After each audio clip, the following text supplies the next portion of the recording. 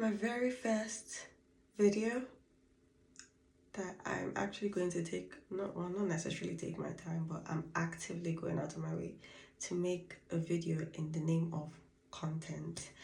But yeah, I literally just came back from a mixer with let me make sure I get this right, ABMPI, Association of Black Medical Professionals in Ireland, and I was fortunate enough to be invited as a guest panelist. And I went through the emotions today because I saw the lineup. I was the first guest that was announced. I was like, okay, I'm a pharmacist. No problem, no qualms. I knew like one or two of the event coordinators. I was like, okay, no problem. You guys have invited me, 2 times now at least, to be a guest panelist in like some sort of event for African or Caribbean societies, and women's for the Women's Symposium in RCSI as well. But this one, I was the first panelist that they they mentioned, and then as they started releasing all the other ladies that were on this panel, I was just like, are you guys sure?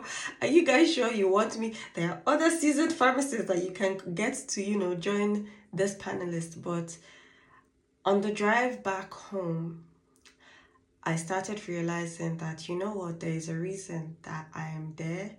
I think it's imposter syndrome that I'm feeling at the moment. I'm sure a lot of people would understand that feeling. But I started telling myself that, there's a reason that you were there. There's a reason that you called. You might not sound like the most serious person in the room, but there is an opinion that you have to give, and there's somebody out there that would want to hear what you have to say. Sometimes I don't think I'm the best with words. Like I tend to kind of like lose my train of thought sometimes. So that's why it's as if like whenever I get these opportunities, I'm really, really like nervous and I'm second guessing myself. But I'm getting to a point where, I'm going to intentionally, anytime these opportunities come, I'll put myself out there just because I want to get more comfortable speaking and being able to voice out my opinions and everything that's going on in my head in a, what's the word I'm looking for? You see what I'm talking about?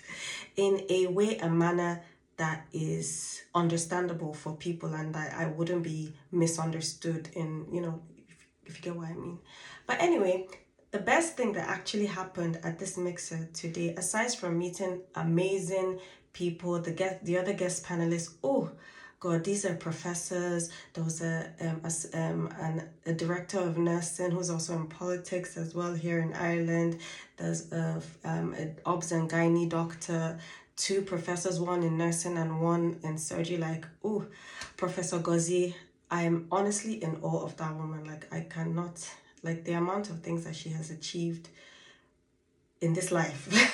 Like, I'm literally in awe of her, and I totally respect her. That is just to say the least.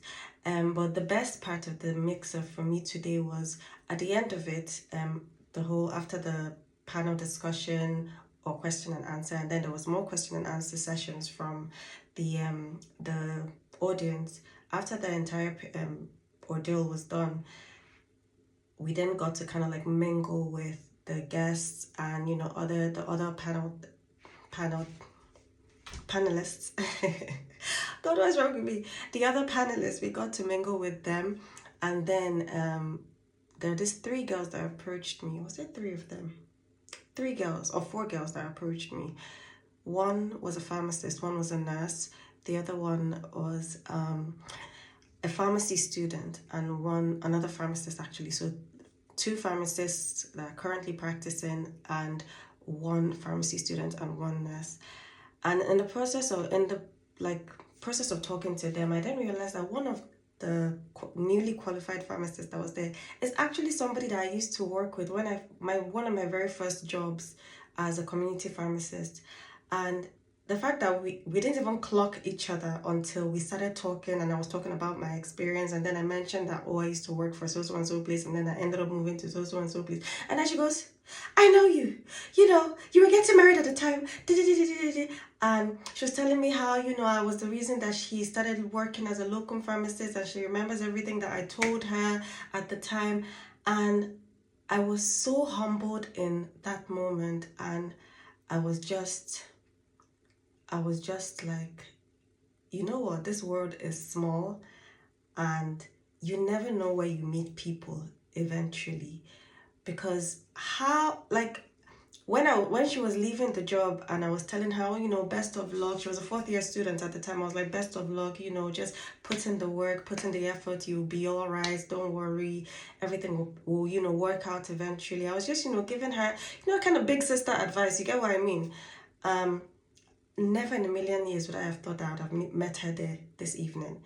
And it's just mind-blowing that advice that I actually gave her then, based off of the little experience that I had. I mean, I had only been practicing for, let's say, 7-8 months.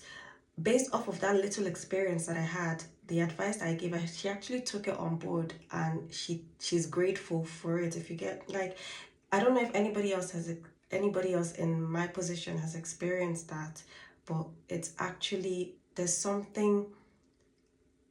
a nice feeling that comes with it, knowing that, you know what, you actually made an impact in somebody's life. And that's actually what I've always wanted to do. I've said all this to say that you know what, I've come to a decision that I'm actually going to actively put myself out there a bit more, because you never know. You never know who's watching. You never know who's listening. You never know, you know, what you're going to say or how you're going to act is going to impact somebody else's life. And for that reason alone, you should always remember to put your best foot forward.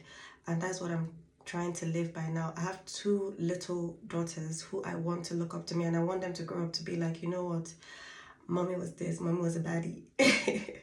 Mom was out here at these streets, you know, working and, you know, inspiring people, and I want them to aspire towards that as well. You know, we're all working and aspiring towards greatness.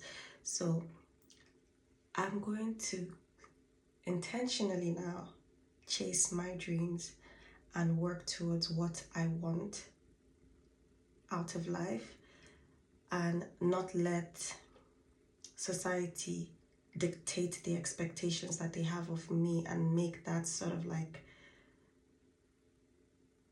box me into what I'm supposed to do and what I'm not supposed to do. But yeah, it was a very, very good night. Well done to the Association of Black Medical Professionals in Ireland. Tolani, Temi, and Malika, you guys are absolutely amazing. And this society or association that you guys have formed, well done. And the event today, amazing. And I know it's only going to go up and up and up from there. And if you guys want to invite me again, no wahala, it's not a problem. I'm more than happy to come. Thank you very much for this one. I really loved it. It was amazing. And to everybody that I met there, y'all, the bomb, y'all amazing. Y'all are doing great. And I hope to eventually meet you guys again soon. Thank you. Bye.